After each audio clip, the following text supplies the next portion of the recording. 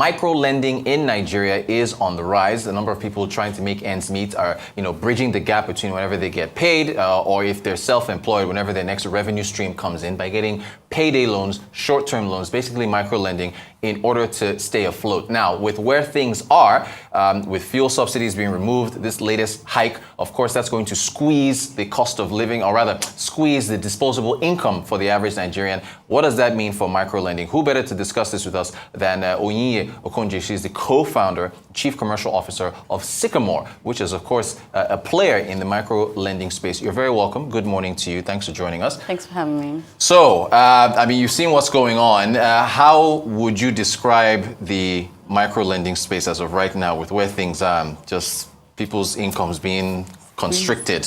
Yes. Okay, so things have happened in the economy to affect this constriction, right? We have things around first we have the diesel subsidy removal that increased significantly the cost of production in Nigeria. So you talk about the cost of producing even bread, right? You talk about FX and the recent floating of the Naira. That has increased the cost of importation significantly, right? You have the recent fuel subsidy removal as well. It has increased living generally. You have cost of transportation increased. You have cost of feeding increased. Everything has gone up. So lending too has gone up in this instance because people have to sort of subsidize their own livelihoods, right? Salaries haven't increased with the same energy that, costs have increased. So lending is definitely on the rise. So explain. So what do you guys do? You are one of those players. That's what you do. You extend loans, yeah? Yes. Well, so what are your interest rates like? We have to ask that question. Interest starts from 3%, but we base it on we massage upwards based on risk profile of the individuals. That's monthly? Monthly, yes. Good Lord. So 3 times 12 in a year. Minimum. 36% year. Minimum. My goodness. That is. How do you screen the people that you get these loans? Okay, so we have different stages, right? I'll walk you through. Pre-qualification would include us checking local, if you're within the cities that we offer in, checking the age. We need to know that you're not a retiree or a teenager, right? Sweet spot. And then checking that you have a verifiable source of income, right? These are things that we check very quickly. We also want to check capacity. So we check a bank statement. We look for keywords. Those are things that we check. We'll also refer to your credit history. The principle here is that the past is predicted by the future is predicted by the past. Yeah. So we'll check your credit history. If it's good, great. If it's questionable, we'll send you back to sort it out. If it's bad, automatically that's a no. What's your rejection rates? Have they been climbing? Well, it hasn't been climbing per se because we have been evolving our credit qualification criteria. Yeah. So before you even enter the funnel, you are disqualified. Okay, but the way this works is you make a spread, right? So you're getting funding from, how does it work? Explain the business model further, because you're lending from someone else or something, and then at the rate, and then now turn it around and charge a higher rate. Okay, so how does that work? So Sycamore is in the middle of Peter and Paul, the pairs, right? We are a financial services company. We create financial services for individuals and businesses in Nigeria via the online platform, mobile app, all of that. Yeah. Now, the way we work is that it's a peer-to-peer lending platform. We take from Peter, we lend to Paul, and then we revert back to Peter with the interest. So you're paying Peter an interest rate? Yes, we are, definitely. Okay. And then we make a margin in between. That. Yeah. What default rates? If we're looking at where things are now, where things are a lot tougher, people. So, are you expecting default rates? That is, people not paying back their loans to go up. That's an inherent risk in the business, right? That people would not want to pay back. But those numbers go up. But what we've done is we've evolved our risk criteria to accommodate the market realities that we're seeing today. Yeah, and one of those market realities is inflation, right? Inflation is pushing stuff up, 22.79.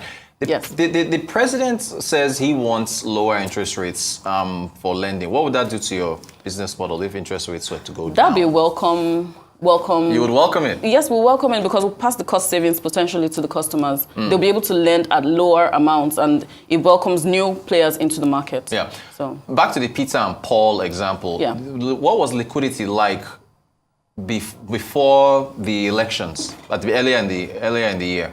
So earlier in the year, there was a lot of uncertainty in the economy, right? People were uncertain about where to put their money, or even if they need to put their money out there because there was a cash crunch, people weren't accessing money.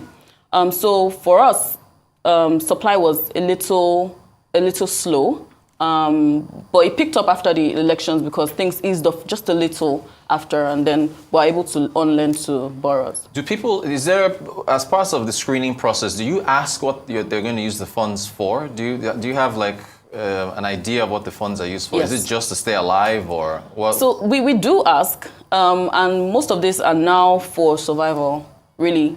Prior to now, it was for aspirational reasons. You had people who were borrowing to contribute to their equity for a house, to get a car, things like that. Now it's literally to just fund their lifestyle, pay for rent, pay school fees, things like that.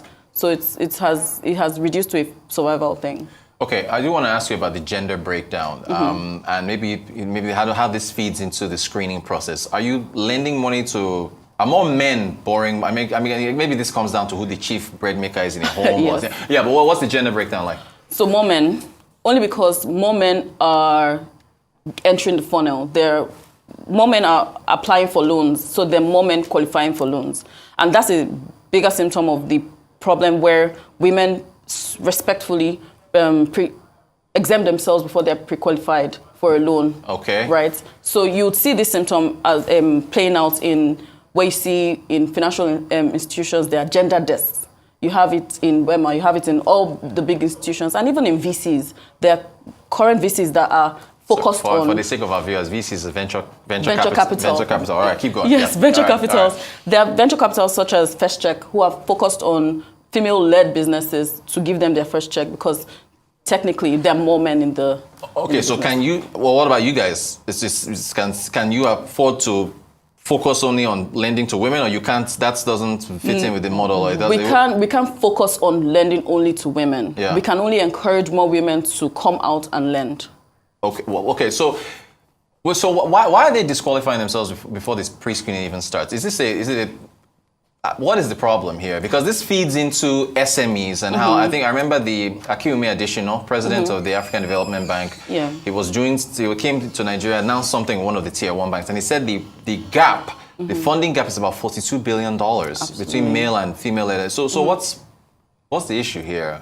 So women are relying more on their communities and their families to be able to get monies out, right? So more men are the ones that are breadwinners. They're focusing on, okay, how do I increase the business? How do I extend working capital in the business to get more cash flow for my family? So if you think about it like that, more men will be bolder to reach out to institutions to get the funds, while women would, but we're looking at hopefully more representation so that more women are engaging. And that's So by that regard, simple math, if you have more men borrowing than women, then more men default. Than women, right? Yes, absolutely. It's just a mathematical thing. Okay, so look, so with where things are as we look forward now, we've been calculating what the actual pump price of fuel should be, saying that it's possibly still very low. Market forces things might get tougher in the short term. So as you sit with your strategy team and look at the lending pipeline, what do you foresee? If there's more difficulty, does that mean you will get more applications for small loans? Absolutely. Yeah. More people, because the disposable income of people have reduced, salaries are not increasing with the same energy. So therefore, people will definitely ask for more microloans to fund their lifestyle. So this is my thing, right? Yeah. If we know that the economy is getting tougher, and there will be more applications for loans, but the ability to pay is now reduced because the economy is tougher, does that not mean that you are anticipating a higher level of default? I said earlier that we are accommodating the market realities. Okay. So if we see that, at this income level, more people are defaulting, we are going to shift to a higher income level. Unfortunately, this excludes some of the income brackets, but that's the... You see, and there you have it. So that means when you move to income, primarily, a source of income has to be one of the criteria that you use in lending. So that most of these people already have jobs. Yes, they do. So what about self-employed? Do you Yes, we lend to self-employed people. What's the percentage of self-employed versus people who are in corporate Nigeria who already have jobs? Like, in our business? Yeah. It's more businesses. It's more small businesses that lend from us. Aha. The reason why is because they have a source of revenue coming in. Exactly. You see, so how do we get? I don't know. So the whole what's your take on financial inclusion with where things are now? Because it's people in the rural areas that don't really have the jobs. I mean, no need to break things down too much. Are you optimistic that we can improve financial inclusion in Nigeria? Let me put it that way. In the short term, it's difficult to say because we're talking about excluding some income brackets already, right? Because of the disposable income that they have. So in the short term, that's going to be difficult to say. But in medium to long term, we'll just remain hopeful. And are women not part of that financial inclusion conversation? If we're trying to extend that, is it not more? You need to get more women essentially to be in that financial inclusion pool. Yes, we do. And there are several apps and businesses that focus on just women, getting them in the pool, getting them. There's Harvest, Her Economy. There are other gender desks in financial institutions that do this. So yes, definitely. All right, what about building credit? To reward somebody, we've talked so much about defaults. I don't know if it's a major thing. Let's be more positive now. For people who pay back their loans on a regular basis, does their credit profile in terms of how much you can borrow in the future, does that go up?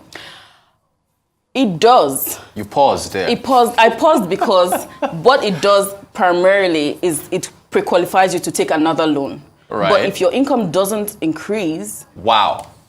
You see, and that's a problem. That is a problem because in the West, maybe I shouldn't be using the West, maybe in South Africa. I mean, if you pay back a loan and you're consistent, you borrow... what's the range? From like 40,000 100 to 6 million. In the millions, fine. Yeah. So you borrow 50,000 today in January, you paid it back in... Oh, by the way, how long is your tenure to pay back? 9 months first cycle. Yeah, and then it can go on maybe a year? It can go up, yes. Fine. You borrowed 50,000, you paid it back in 3 months. You came back, hey, Sycamore, can I get 80,000 this time? I paid it back. No, sorry, you won't give me 80,000, right? You paid 50,000. You borrowed 50,000 and paid it back. Yes. So if I come back again for a longer tenure, I can give you more. So you can give me the 80,000. Yes. Okay. But when you've maxed out to the maximum tenure we have, which is 15 months at the moment. Yeah. Your capacity cannot go beyond. There's a debt to income ratio that we have to check. Hey, we talk about that number a lot. Debt to income, debt service to revenue for Nigeria. Yes, keep going. Yeah. So your debt to income ratio is a fixed ratio so depending on the tenure, we can accommodate you. But once it exceeds our maximum tenure, and your income hasn't increased, it limits you. This is why we invite players like you in the financial services space to talk about these things, because when people throw out these buzzwords, financial inclusion, get more people in the pool, it looks like it is really hard work. It is. And our population keeps on growing. We're getting more people that need to find jobs. So there's, of course, obviously an unemployment bent to this. Are you optimistic that any of this can change? We're almost out of time. What do you think needs to happen? Is it that the economy just has to grow? We just have to create more wealth for people? Well, there needs to be more cash in people's hands, right? And we're just talking about money supply in our other segments, and you want to put more cash in people's hands. Well, I'm with you. The truth is, if your capacity remains the same, your access to credit will be limited. Right, with this economy. But so the economy has to really improve for us to be able to relax some of the lending criteria to accommodate people at the bottom of the pyramid. Is tech a way to get this? How can you talk about the online platforms and how they have driven what you've been doing? Absolutely. Yeah. So some tech right now helps us get to the 9th mile, right? It's we have an app, Sycamore. Yeah. Right. All our borrowers go through Sycamore to And you can track everything that way. We can track all the information. Yeah. We can. That's why we have the breakdown of the gender. Right. So you apply through this. There's some fragments of our customers who don't have smartphones, so we accommodate them through USSD. Right. So you can apply for a loan through USSD. And then others that are not very savvy with the mobile, they go on a computer and then apply. So tech really just enables us to reach the customers. You know, we're going to keep in touch. Today, this is July. Maybe, keep going through as the year to see how the numbers go. This is it's a very fascinating topic. It's vital to our economy. People need loans. People need credits. And that's, people need cash in their hands. Yeah, exactly. That's why we're here. Onye Okonji, Chief Commercial Officer, also the co-founder of Sycamore. Thank you so much for a very engaging, informative conversation. My pleasure.